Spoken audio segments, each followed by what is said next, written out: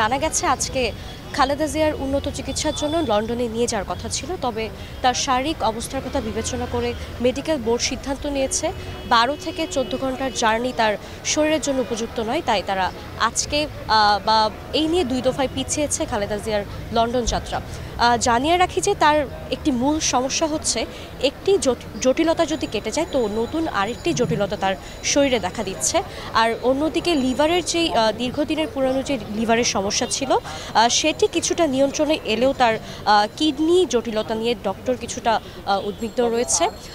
পাশাপাশি আরও অন্যান্য তার নানান সমস্যা রয়েছে শারীরিক দিক থেকে, তবে অবস্থার কোনো উন্নতি এখনো হয়নি, বরং বিভিন্ন দিক থেকে অবনতি হচ্ছে।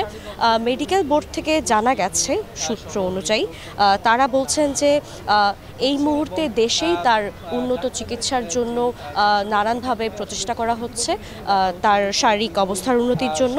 আর পাশাপাশি তাকে এয়ার অ্যাম্বুলেন্সে করে লন্ডনে নিয়ে যাওয়ার কথাও পুনর্বিবেচনা করা হবে যদি তার শারীরিক অবস্থার কিছুটা উন্নতি হয় সেক্ষেত্রে। এছাড়া আরেকটি দিক যেটা হচ্ছে তার ফুসফুসেও নানান সমস্যা দেখা দিয়েছে। চিকিৎসকরা জানিয়েছেন যে তার এই শারীরিক অবস্থায় এখন বিদেশ যাত্রা কোনোভাবেই সম্ভব নয়। যদি কিছুটা উন্নতি তারা দেখে বা যদি তারা দেখে যে তার শারীরিক অবস্থার কিছুটা পরিবর্তন হয়েছে সেই ক্ষেত্রে হয়তো তাকে বিদেশ যাত্রায় নিয়ে যাওয়া সম্ভব হতে পারে। আর একটি খবর হচ্ছে ডক্টর জুবাইদা রহমান, বিএনপির ভারপ্রাপ্ত চেয়ারম্যান তারেক রহমানের স্ত্রী, তার আসার কথা রয়েছে হাসপাতালে, তবে এখনও এসে পৌঁছাননি। হয়তো তিনি আসার পরে যদি কোনো নতুন খবর পাওয়া যায় সেটি আমরা জানাতে পারবো। তো এই ছিল এভারকেয়ার হসপিটাল থেকে আমার কাছে সর্বশেষ।